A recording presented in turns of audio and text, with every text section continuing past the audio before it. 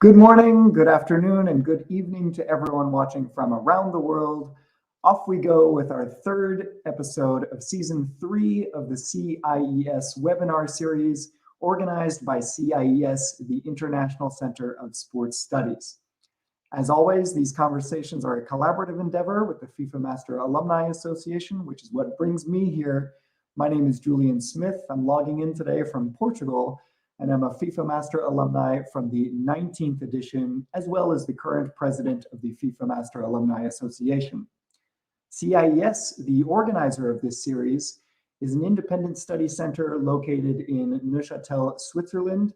It provides top-level education, research, and consulting services, and you can find more information about CIES, the CIES Football Observatory, or their education programs like the FIFA Master or the FIFA CIES executive programs in the links in the description of this webinar. Today, we're focusing this conversation on athletes, the proverbial stars of the show when it comes to sport. In general, athletes are marveled for their physical performance capabilities, respected for their technical skill, and idolized for their achievements. But at the end of the day, athletes are people, just like everyone else. They have the same needs, desires, aspirations we all consider as part of our lives. Now, this may sound a bit obvious when thought out in this way, but it's still not taken into enough consideration when supporting athletes, either by their adoring fans or the institutions these athletes work for, especially considering the extreme, precarious, and time-limited careers they experience. Thankfully, specific conversations have progressed around subjects like mental health support, but there's still so much to be done elsewhere on matters like continuing career education for athletes, which really begs the question, how can the sporting community, executives, fans, and all stakeholders better understand their lives in order to get the perspective and provide the resources to support the full lives of athletes? To ponder this question and to provide that perspective, we've invited two speakers with firsthand experience on the subject as it exists today, who can bring about that context on what they see as a brighter future.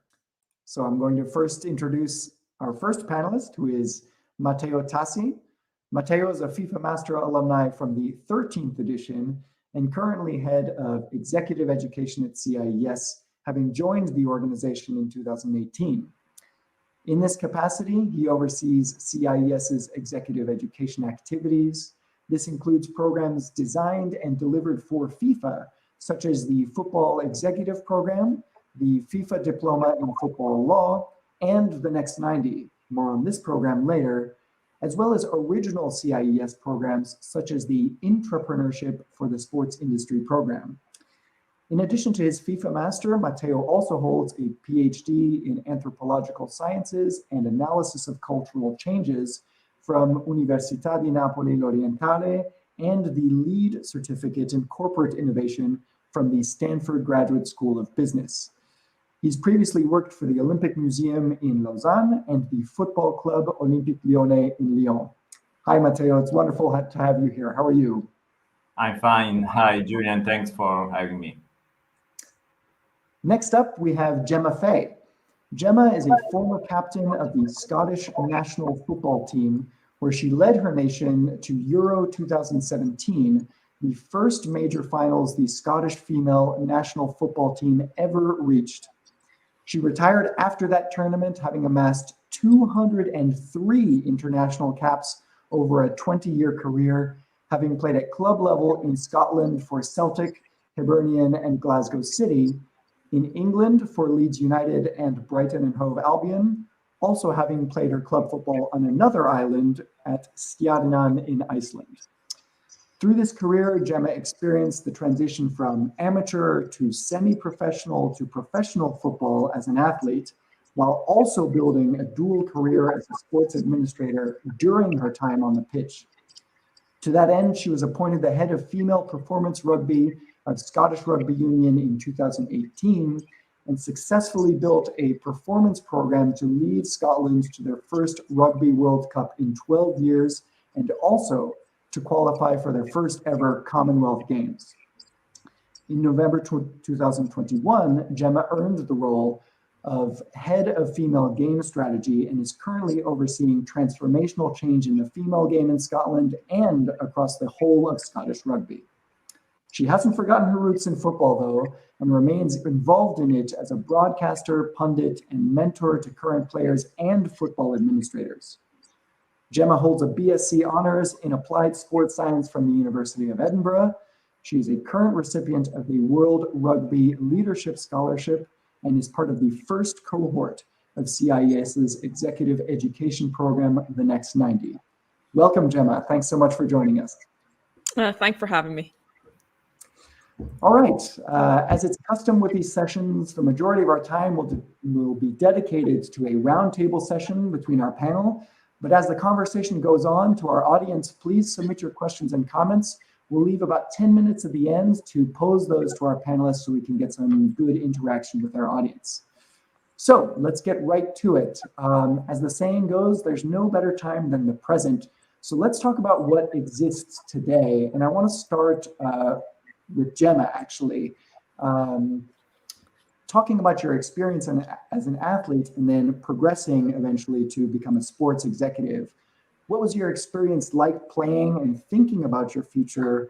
And I mean, how did you go about making this kind of huge transition? Did you have support from club level or from, the institutions around your playing career to get you there? It's an interesting question, and I think that if we start from the present, where we are with female sport as a whole, if you were to ask anybody 20 years ago, would we be in this position now? I don't think the answer would be yes. I think that we've seen a phenomenal shift from the perception of what female sport is and the perception of who wants to consume that as a regular product as well. When I go back to when and how I started, there was one girls' team in my city, and that's how I started playing. And I started playing because there was an enthusiastic parent there, and I guess that's how a lot of people start their journey in sport. I grew up and I had 3 brothers and a little sister, so I spent most of my spare time with them, and they liked to kick a ball about, so I kicked a ball about. So that was my real first journey, and I started in a girls' team when I was maybe 12. By 15, I've been taken into the senior national squad, and that wouldn't happen today unless you were exceptional. And very quickly, I became the kind of first choice goalkeeper for the senior national team, which was tough because I was making mistakes that I shouldn't be making in senior international football. But that's what it was back in those days. So I started off in a very amateur form in that I played at school, I played at university. There was when I first started in the national team, the Scottish FA had just taken over football, so just assumed the responsibility for the governance of the national team. So we just started to get proper kit, and that was where we started. And quickly the sport kind of pushed forward, and it always takes influential people within that sport who have a vision and an understanding of what it can be. And there was probably 2, and they were both not from Scotland, so brought outside experience in. And they both had different views, and they were right for the time in which they were there. So the first person was Vera Powell, who came in, who current coach of Ireland, and was very clear that her role was to make the national team better. And the way in which we did that is we trained together a lot, but we trained together as a national team a lot, weekly as a national team. And we did get better and we did progress. And then Vera Powell left and Anna Signol came in. Anna Signol, you may know, is the current head coach of the Finnish national team and has seen them succeed in qualifying for this year's European Championships. And I think I do her a disservice when I call her a head coach. She is a fanatical supporter of people in the female game. That's probably the best way to describe her. And she's probably been one of the strongest influences in my game, in my life, in terms of understanding what you can be capable of, and what somebody who champions and believes in people and believes in a vision so strongly and can see it work, and how they can corral other people into seeing that vision.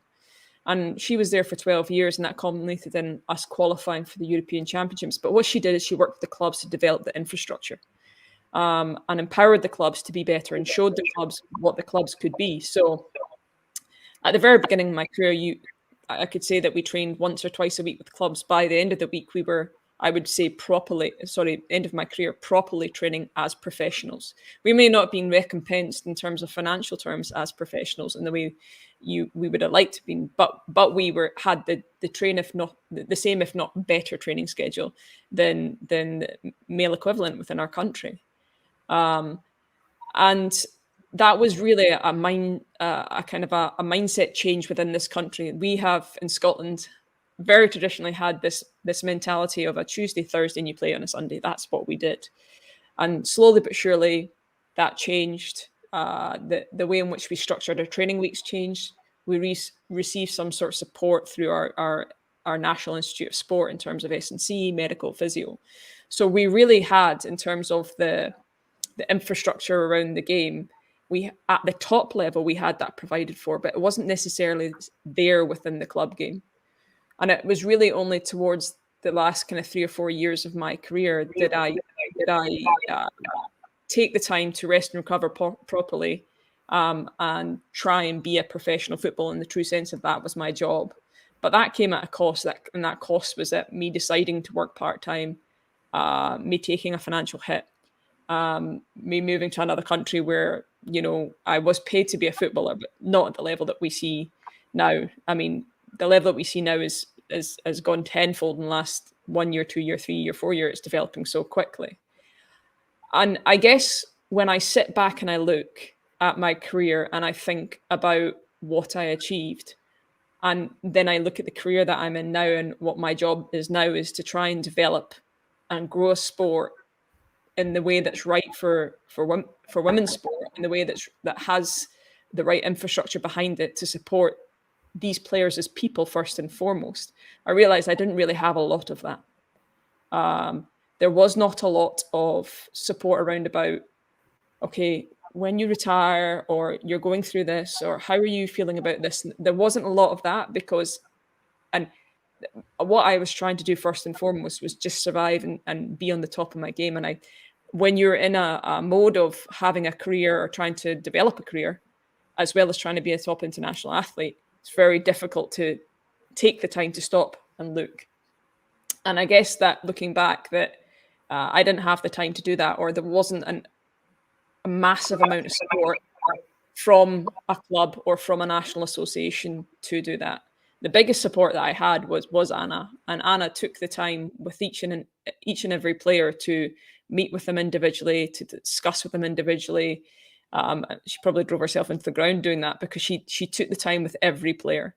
And I think that was the thing that stuck with me, that now in my career now, I understand it's really, really important that if we put the person at the middle of what we're doing here, we will get a better player. But we're also working with a generation, and we're working in an industry where your career is not going to be your only career. And the sooner that we recognize that and support sport and support players and athletes to build that whilst they're still in this career, I think the more you will get from them and the longer they will stay in the sport.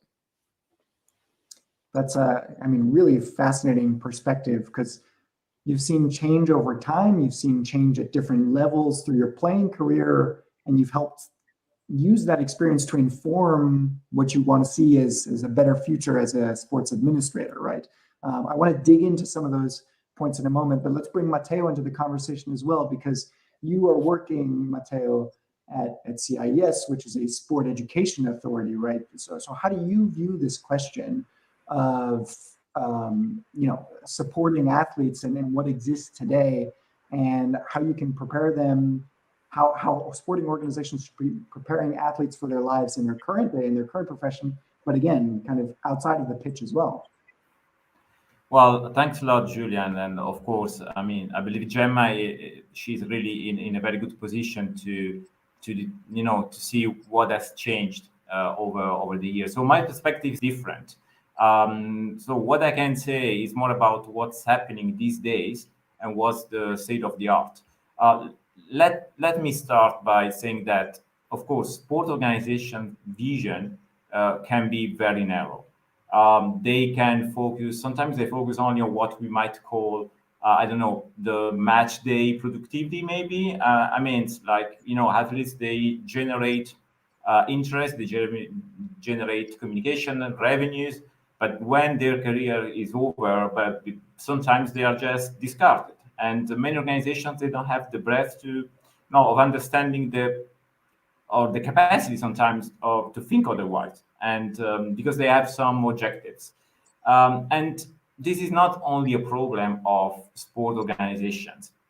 I would say that this is a problem of the whole sporting ecosystem.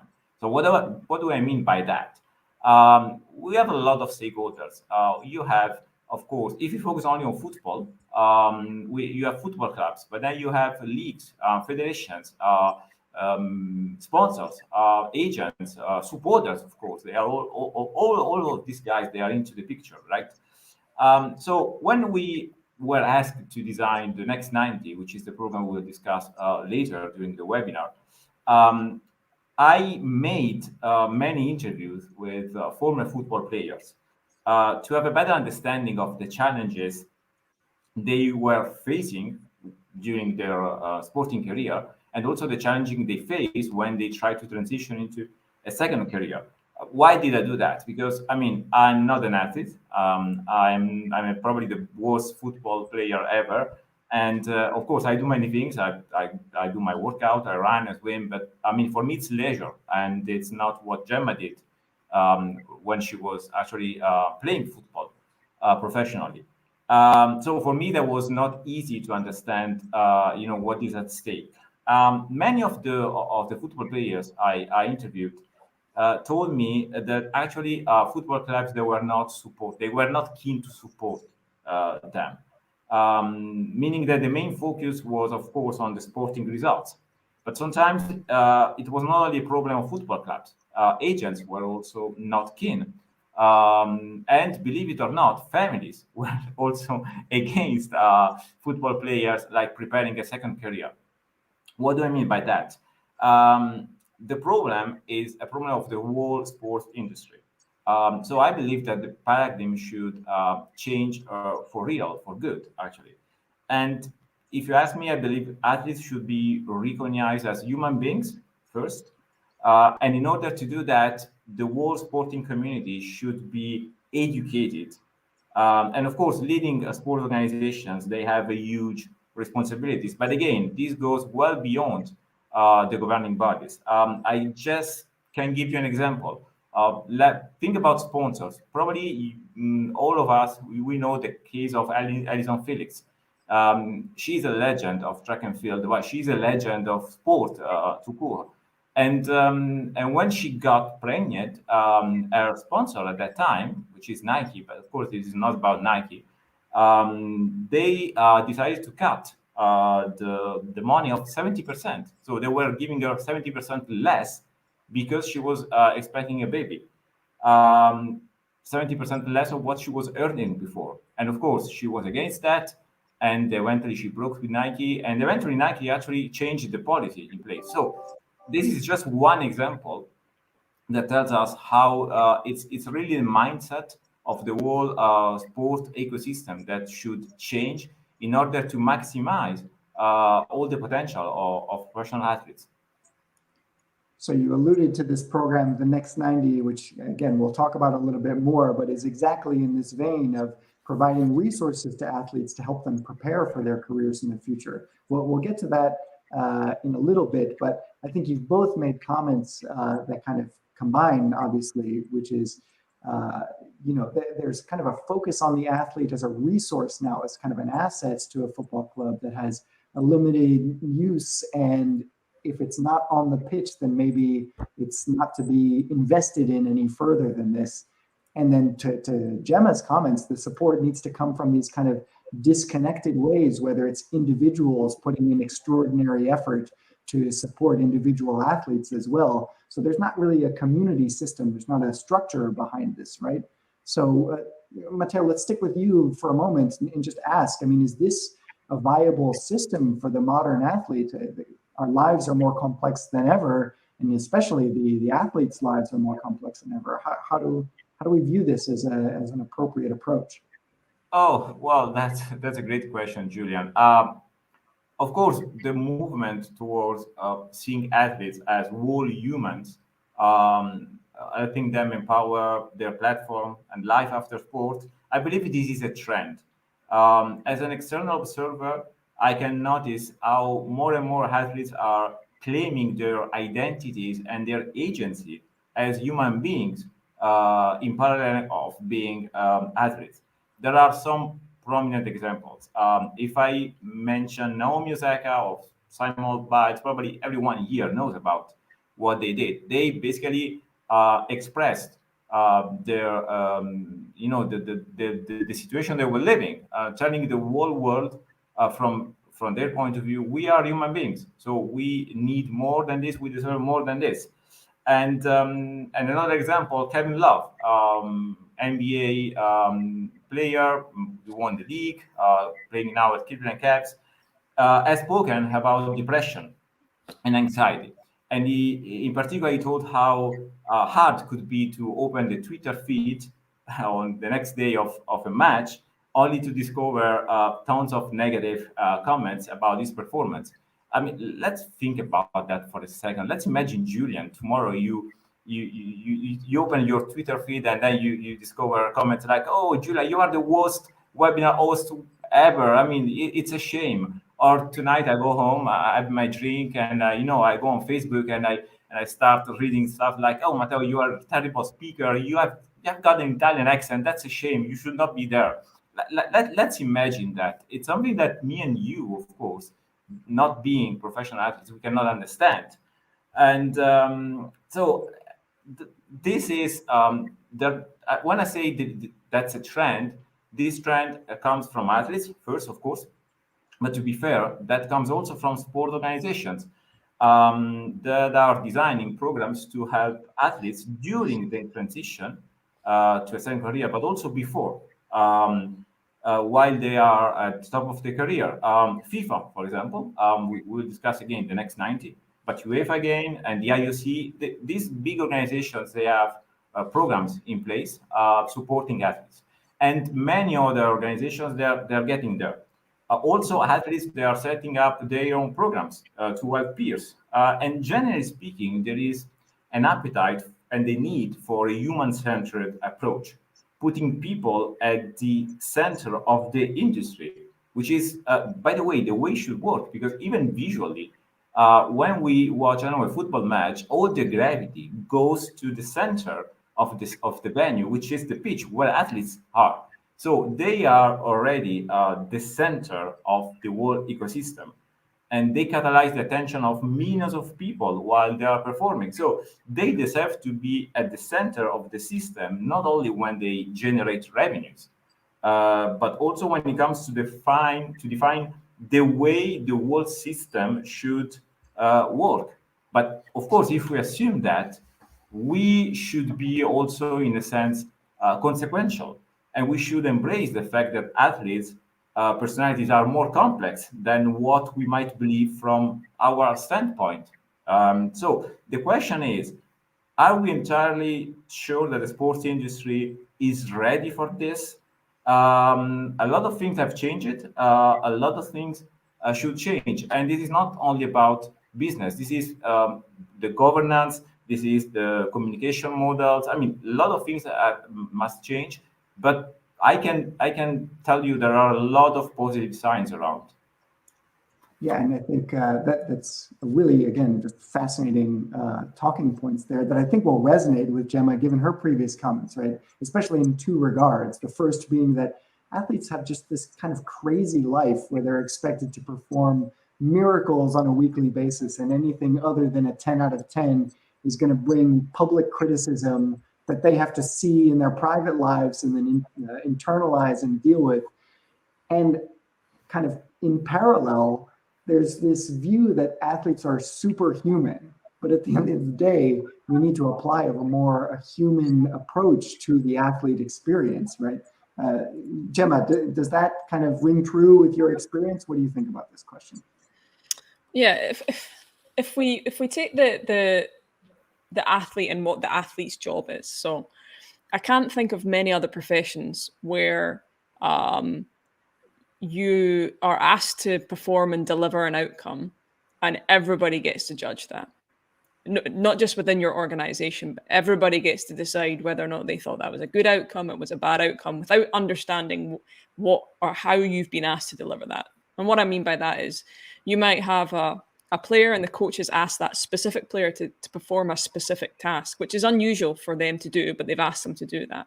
And the coach is happy with what they're doing. But because it's not what the consumer or the viewer expects, because their perception of that player is something different, then all of a sudden there's a whole bunch of negativity around that. So that player has to go out there, has to perform in the way they've been asked to perform, like by the organization, and then come off and have every single person judge how they do that, and then is expected to turn up at training the next day and be able to perform again in that environment the way that they're being asked to perform again in that environment. And then they're asked to be really, really, honest with their feedback on a regular basis. I mean, if you were to take somebody in a 9-to-5 job and ask them to do that, I think that emotionally that would be quite draining in itself. You add the physical aspect onto that as well. And then you add the fact that the confidence aspect onto that, which plays a massive role in any athlete's ability to perform. There's very few industries like it. The only one I can think, and I've been fortunate enough to have an opportunity to do a little bit of acting, is that kind of role, where you're being asked to do something by a director, you do it, and then somebody gets to judge you about whether or not they think that you're good or not. So it's a very kind of unique place and space to be in. The idea that is a sustainable thing to do for a period of time and then come out the other side of it ready to jump into something else is probably naive. It's naive in the sense that if there's very few environments in the working world that replicate that, straight away, regardless if you have prepared yourself for retirement, which I thought I had. I thought I had prepared myself for retirement. I had a dual career. I knew what I could go and do. I tried to make sure that my identity wasn't completely consumed by football.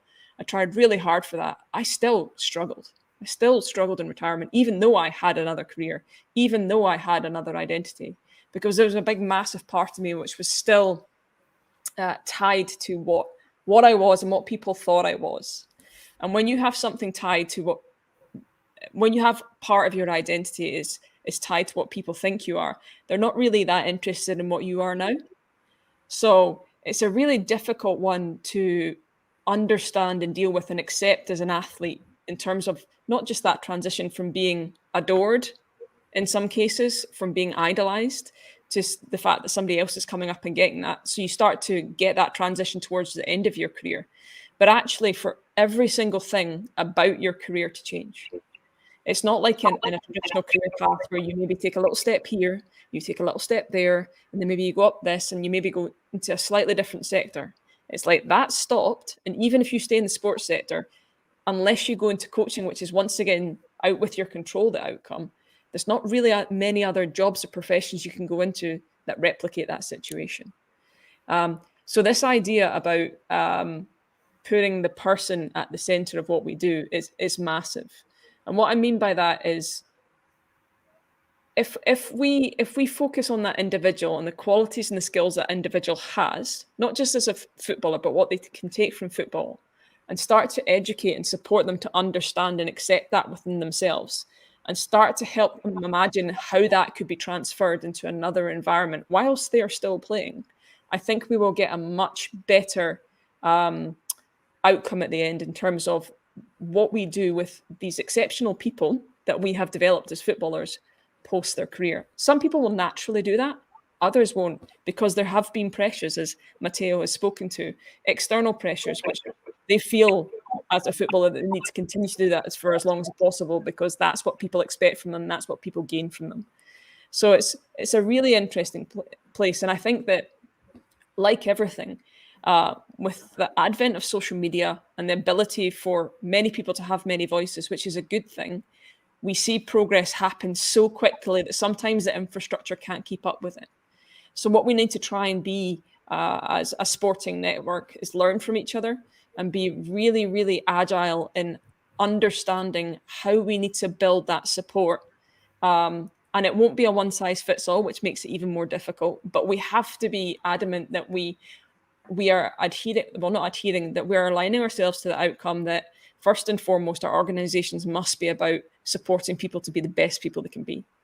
Because if we do that, as I said before, we will get the best players, and we will support those players to be the best they could be after they come out of a professional sporting environment. Right. So that, yeah, again, really fascinating, because I think there's two components to this, right? There is going to be a time when an athlete needs to consider the next step in their career, what happens after.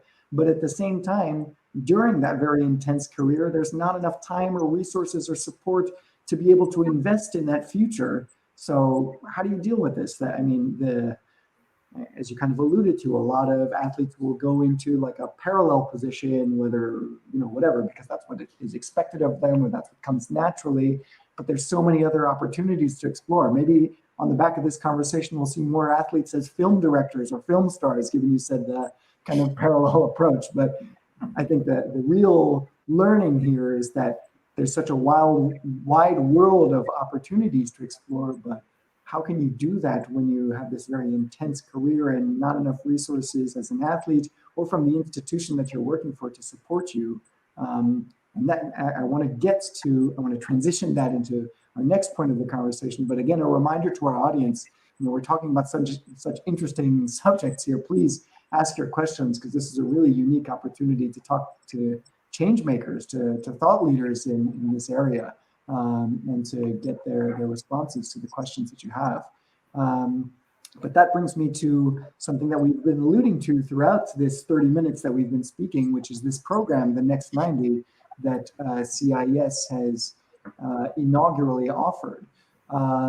So, Matteo, let's start with you. This is kind of the intention of the program, the Next 90, right? It's to help athletes explore their careers. Could you kind of discuss a little bit about the program and specifically about how Gemma's comments aligned into that research that you talked about in how to create this program? And then I want to come to Gemma, who is a participant in the first cohorts, to talk about how well they're doing, or maybe areas that they need to improve, or what we need to consider for future editions. But Matteo, let's start with you with the creation of this program. Well, thanks a lot, Julian, because of course I'm happy to present the program, and I'm also happy to discuss that with Gemma, who was actually having a different look on the program as a participant. So let's start by saying that the program was designed specifically to provide the tools for participants to design their own career, bringing them new perspectives inside or outside of sport. So the program was designed for former football professional players. I will tell you a little bit of the story. Let's step back to 2020. And that's when we start discussing about the program with FIFA. So as I said, not having a clue about the athlete's experience, we made several interviews with professional players. And from the beginning, we decided to adopt a human-centered approach. So what does it mean? It means that we wanted to build something relevant for the participants first, not for a specific industry. So, and I have to say, FIFA was extremely supportive on this. From the very beginning, they were aligned with our vision, and they were really supportive. So what does it mean concretely? Let's put that this way. When you design a learning program, you face a choice. You can focus on the outcome, or you can focus on the journey. You can focus on what participants will learn, or you can focus on the learning process. And in the first case, you can say, okay, I want to create profiles who are good to step into this industry. Could be the sports industry, or could be the music industry, or like Gemma said, acting industry or movies industry, I don't know. Or I want to train, I don't know, event manager or project managers or CEOs. Well, there is nothing wrong, of course, with this vision. However, the point here is that we were facing, and we are facing, a special category of participants for all what Gemma said. Just think about that. The emotional impact of their deeds extend to thousands, sometimes millions of people. A player scores a goal, and thousands of people are celebrating. I cannot even think of one of my actions that had an impact on more than 50 people in my life, and I am 44. So this is something special, and also the relation with their body is completely different from what I can experience, and I can continue, of course. What do you mean? What I mean by that is that they have a set of talents and skills that are unique. I know the word unique is a word we use too easily, and these days, I mean, everything is unique. But in this case, that's absolutely the right word. I mean, that's unique. That they have a unique set of skills. And there is also another important dimension. We face a cohort of 30 people. We have more than 30 people in the first cohort of the next 90 program, with diverse backgrounds, experience, skills. They come from different cultures, they have different ages, they have different careers. Of course, they have one common denominator, which is they have the football in common. And the program from the beginning was open to for participants with an international A match with the national team. So you imagine you can have a lot of people actually applying to the program. So the question for us was, how do we want to deal with this diversity? Do we want to constrain that? Do we want to limit that? Do we want to erase the complexity of their experiences? Or do we want to leverage it? Do we want to maximize this diversity? And of course, for us, the answer, the logical answer was like, of course, we want to leverage that. So we decided to implement the human-centered approach and build a program around them, providing them with tools that will reinforce the skills they already have. In a sense, instead of building the program around what they lack, because they have spent more than 20 years playing football. So maybe, of course, they could not focus on different areas. We could do that. We could say like, oh, they miss project management, they miss this, and we build a program just to compensate. That's an option. But there is also another option, which is maximizing their uniqueness and opening a lot of possibilities for them, providing some essential tools in business, in leadership, in project management, in organizational design, things that can apply to different industries. Do you want to stay in football? Fine. Do you want to become a sport administrator? Fine. Do you want to become a football coach? Fine. But do you want to open a restaurant? That's fine. You want to be a consultant? Fine. You can do actually whatever you want. We are here to help you design your future, and that's actually the spirit of the program. You know, Julian, sometimes we assume that professional sports person can become great sport administrators. That's true, because we have a lot of examples, but that's not everything that can happen. There are a set of possibilities, you said, that Gemma said, that are there and that could be explored. So we made a precise choice, having on board teachers and speakers mostly from outside the football industry and the sports industry.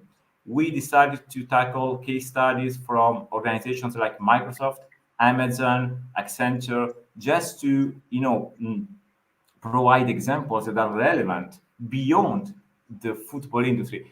One of my favorite quotes ever comes actually from a football person, Jose Mourinho, legend of the coaches, everyone knows here. And he said once, in Portuguese like you, by the way, yes. He said once, he or she who knows only about football knows nothing about football. And that's absolutely true. And that applies also to other industries, not only to football. What I'm meaning here is that restraining our interest only to an industry could backfire in a sense. So that's a little bit the approach we had. So a human-centered approach, building literally around them. I could continue, but I believe that Gemma also has a lot to say about that, and I would really love to hear from her. Yeah, I definitely want to bring Gemma into the conversation. Thank you for the Portuguese shout outs. That's always great to elevate Portuguese people. But yeah, so Gemma, Matteo talked about this intention of creating the program, specifically about some of the things that you had mentioned that you were considering in your kind of future career while you were still an athlete. And obviously we wouldn't have invited you here unless you were having a good experience, but I'm curious, if you could talk about the experience and what specifically is making a difference for you as a participant, but then as you participating for the other people who are in the program as well. Yeah, so the next 90 is amazing, Matteo. It's great. Give me good grades. Thanks. No, I think this whole process has been really interesting for me. I guess because I have stepped away and quite purposefully stepped away from being involved in football after I retired for many reasons. One, I needed a break. It's nice. I'm a terrible spectator, especially of a team that perhaps I used to play for. So to not be involved, to give myself some time to breathe and to explore a new challenge, which is what I'm doing with the Scottish Rugby. It's not a sport that I come from, but there's a skill set that I brought with me and developed. And when the opportunity came up to apply for the next 90, I kind of read the prospectus. And I read it and I thought, I've probably done quite a lot on leadership. I've probably done quite a lot on this. But what would be great for me would be to be in a cohort of people that have had the same experience that I've had. Because that's the one thing that I've not really had much of is being able to be in a place and a space where people know what I'm talking about when I say about my experiences in football here or when I felt like this, because they've been there and they've done that and they've probably experienced the same thing. So that was one of the big pulls for me was to absolutely see if there's something new from a kind of a learning perspective, but the networking opportunity and the opportunity to share a safe space with people who have had similar experiences was the thing that really drove me to put an application in, and I was delighted to be accepted on the course. And I think what Matteo has described is actually, fairly true of what the course has turned out to be so far, which is it's adaptable to the people that are on it. It's very interesting because it's very much like because we have people that are used to giving and receiving feedback from a coach or within a team meeting. It's the individuals are very forthcoming in terms of saying, how can we shape this a bit like this, or that would really help me if we could do it this way. And so I think it's a two-way process here. I think there's about 32 of us that are on it, and I think everybody's learning new things. Be that from the material that we're getting or be that from each other within it. But also I think it's really, I don't know, Matteo, I haven't designed a course before, but I think it's probably quite a positive thing that you get constant feedback and that you can adapt and adjust rather than it all coming at the end of a course.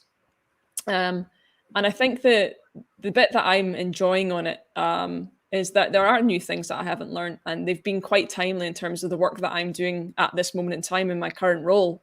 It's as if you planned it that way, Matteo, that there's certain things that have helped me build business proposals, and there's certain accounting stuff, which, numbers I can do, I don't love them, but have been presented in a way that makes me understand it and understand how it's relatable to the work that I'm doing. But I guess the bit which is probably that I'm enjoying the most is, I think we maybe all went in there with a wee bit of intrepidation, because I know some of the people in there because I've played against them. So I know the persona they are on the pitch. I don't necessarily know who they were off the pitch because I maybe didn't play in the same league at them at the same time, etc., etc. So it's been really great getting to know people that I may have come across once in my career, or maybe had, been on opposing teams before, and getting to speak to them and talk to them in this environment, a different environment, and getting to share my experiences, because I think maybe I'm a slightly unique that I've built this career and I've had an ability to go through a lot of different processes in different organizations, and being able to share that with people and help them on their journey, I find that immensely satisfying as well. So all around, the experiences so far I've had of the course have been really positive, and Matteo just dropped a couple of hints about some of the case studies I think I've got coming up as well, so thanks for that. Now that you said positive things about the program, you raised the bar. We still have a few months to go, so I mean, now I feel the pressure on me. Hey, welcome to her world. You know, she's had the pressure on her Oh, yeah. whole life as an athlete. So now it's your turn a little bit, Matteo. You're getting to experience that athlete lifestyle that you never came to. But yes, that must be a really interesting experience, Gemma, having seen them as opponents before, but now they're your colleagues and you're kind of exploring this similar life together. And I wanted to highlight George's question here, which is how can you learn more information about the program? So please, if you Google or go to FIFA or CIES's website, you'll see more information about the Next 90 and the prerequisites which are required to enter within the program and how to apply and all of these kind of things. I wanted to highlight, to close our session here before we go to an audience Q&A, actually a number of questions which have come in, which is, okay, this all sounds great, but what do we do about this? There are kind of disconnected resources. We understand that there's needs from athletes, but sporting organizations have a primary mission to fill. I mean, how do we do this? Actually, let me start with Matteo here, because CIES kind of started this program recognizing some of the, let's say, pain points within the lives of athletes and what opportunities exist. But I think Gemma has lavished praise on the program, but we both recognize that there's always opportunity to do better, right? So what does the future look like considering all these factors that we've discussed over the past 15 minutes? Let me start, Matteo, with you from the CIES perspective, and then obviously I want to hear from Gemma as well. Yeah, well, that is a very tricky question, Julian, but thanks for asking that. For years, I've been studying about things like little bets, experiments, the importance of failure, the importance of testing. And of course, now we see how this is relevant where you are developing and implementing a program like the Next 90. It's true, actually. We so far we had great teachers, we had great case studies, a lot of energy on it, but we also made a lot of mistakes. And Gemma said that we are getting feedback and we are trying to adjust. And that's critical. The most important thing is understanding why we make mistakes and how we make mistakes. So if we have a clear plan about mistakes, like doing that for a reason, because we want to test things, because we want to try things, we want to see if this aligns with the real needs of our. I don't want to call them users, of our partners in this adventure. Well, that's a positive way of feeling. Yesterday, we had a live session in the program, and a participant said, "Oh, Matteo, thanks, Matteo and the team, of course, to to structure this thing in that way, because probably you understood some of our feedback." And that was one of the best compliments I got ever. I mean, when you have such a feedback. So it's important to fail for a reason in order to stay as close as possible to the participants' needs, and that's for us again human-centered design in essence. And to close on it, I would say that probably sport organizations, they should have the same approach. They should be ambitious and bold, but also embracing athletes' point of view without feeling failure. There are a lot of things that Gemma said it, like 20 years ago, none of what we are discussing today was there. And now we have a totally different landscape. So we are trying to improve all together, but testing and failing is actually key. You said, Julian, and I can only agree. Yeah, so Gemma, let's bring you in here. You alluded to the fact that this kind of open forum to be able to explore new career paths with these colleagues is really important. But is that enough? How do you bring your experience as an athlete to your current work as a sports administrator and see this for the future? So I think the first thing is to recognize that as sporting organizations, it's never too late is the first thing. So there's always innovations, there's always creations. We used to just train football, then we started to do strength and conditioning. Then we realized the importance of physio, then we realized the importance of sports psychology. So sport as an industry is evolving the whole time. So the output is sport. It's like anything. Netflix, the output is that we have the ability to watch movies from home. The input is getting all that resources, and then they start to be a bit more creative. How do we get better talent? How do we make people stay longer? Oh, you don't have to wear smart clothes, or we'll put a foosball table in. So you start to create an environment which means that people want to perform. And I think that's the way that we look at this. So we've created a sporting environment that people want to perform in. How do we create a human environment that people feel safe to develop in, away from being a footballer?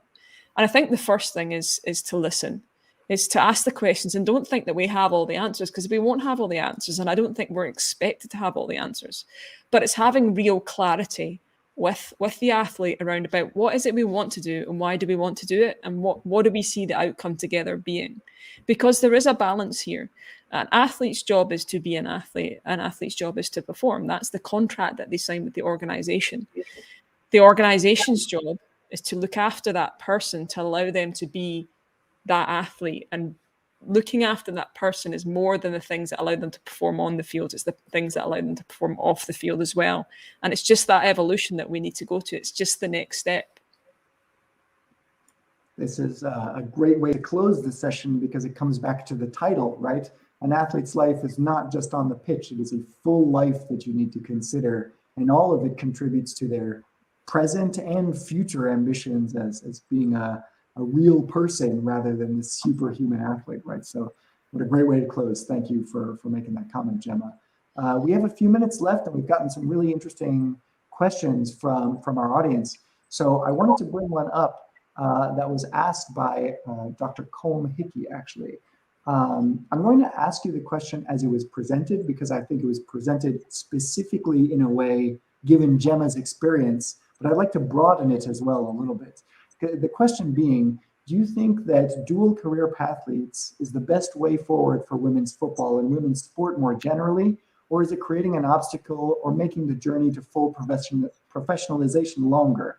And I'd like to broaden this because obviously we have someone here who has women's football experience, but this doesn't just apply to women's football. This applies to all athletes, right? There are so many athletes who have a dedicated career who then need to consider what happens after I'm done. We all can't be David Beckham, who's going to be, inundated with offers for business opportunities and things post their career. So let's broaden that question. And again, Gemma, you being the one who's had the experience as the athlete first, let's start with you before we go to Matteo. Yeah, so I think there's two parts to that one. The first one is it's highly dependent on the environment in which you're trying to develop female football. So if you're in a country that doesn't currently have professional football, to jump from amateur straight to professional takes a lot of resource. And it's also, and what we find, and this is good work by FIFPro here, when we say professional, there's an expectation that there's a level of remuneration for that. And at times when you first make that step to professional, the remuneration is not a significant amount. So to say that you want somebody to only focus on football for perhaps maybe the minimum wage, that's not looking after the person. The more responsible and the more sustainable way in which to build within that country that perhaps doesn't have professionalization yet is to support with a stepping stone approach, which would be that dual career model. We are going to recompense you for 3 days a week here worth of training and a match at the weekend, and we support you to and encourage you to continue that, because honestly and realistically in your lifetime, we're not going to get to that point where you can make a reasonable living that will support you to build for the future. So that's the first part. I think the second part is, and you used David Beckham, and that's a really good example. David Beckham just wasn't a footballer. He was already building businesses in the background. He may have had advisors, etc., but already you were starting to see he was a businessman. He happened to be a footballer, but he was also a businessman. And I think that this is encouraged to an extent within the current professional environments that we have. I think that, and sorry, I said there's 2 parts, there's actually 3. The last bit is the timing of when that dual career comes in.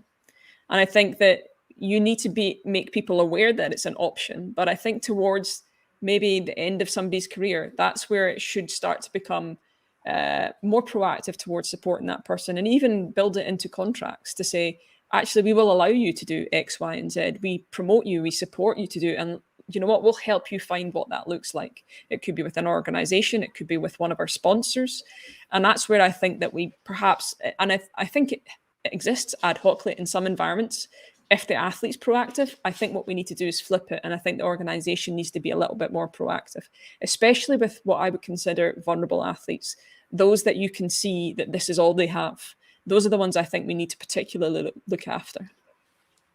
Yeah, that's another great comment to close on. And I think you alluded to FIFA Pro contributing to this conversation a bit, and I think they're trying to provide resources specifically for footballers, right?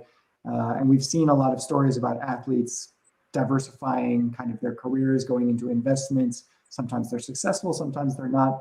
But you make a really important point that there needs to be kind of institutional support on this level as well. It just can't be the athlete going blindly into this while dedicating their blood, sweat, and tears every day on the pitch, right? Matteo, let's bring you in. How do you view this question? Give us your perspective. Well, first of all, that's a fantastic question. I believe Gemma replied with a lot of fantastic insights. From my point of view, I can say two things to add on what Gemma said. First, you already mentioned that, Julian. It does not apply only to women's football. That's the first point.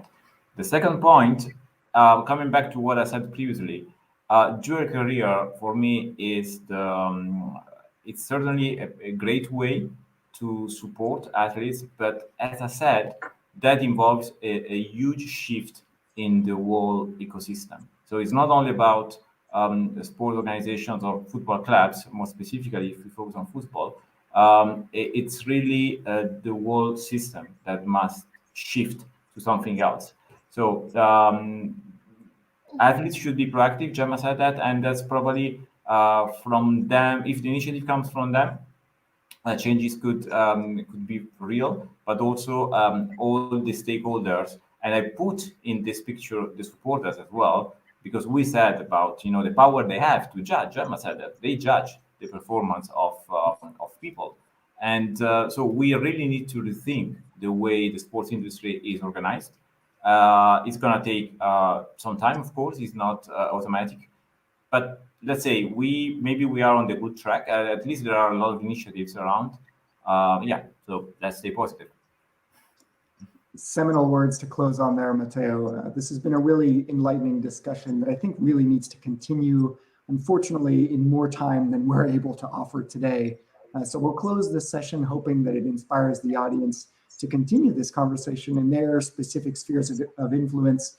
Meanwhile, I'm going to IMDb to look up Gemma's acting credit so that I can do that in the future. To the audience, if you enjoyed this session, I encourage you to review the library of videos through the other 2 seasons of the CIES webinar series, where there's a variety of different sporting topics discussed, many of which feature more FIFA Master alumni and other experts in the industry.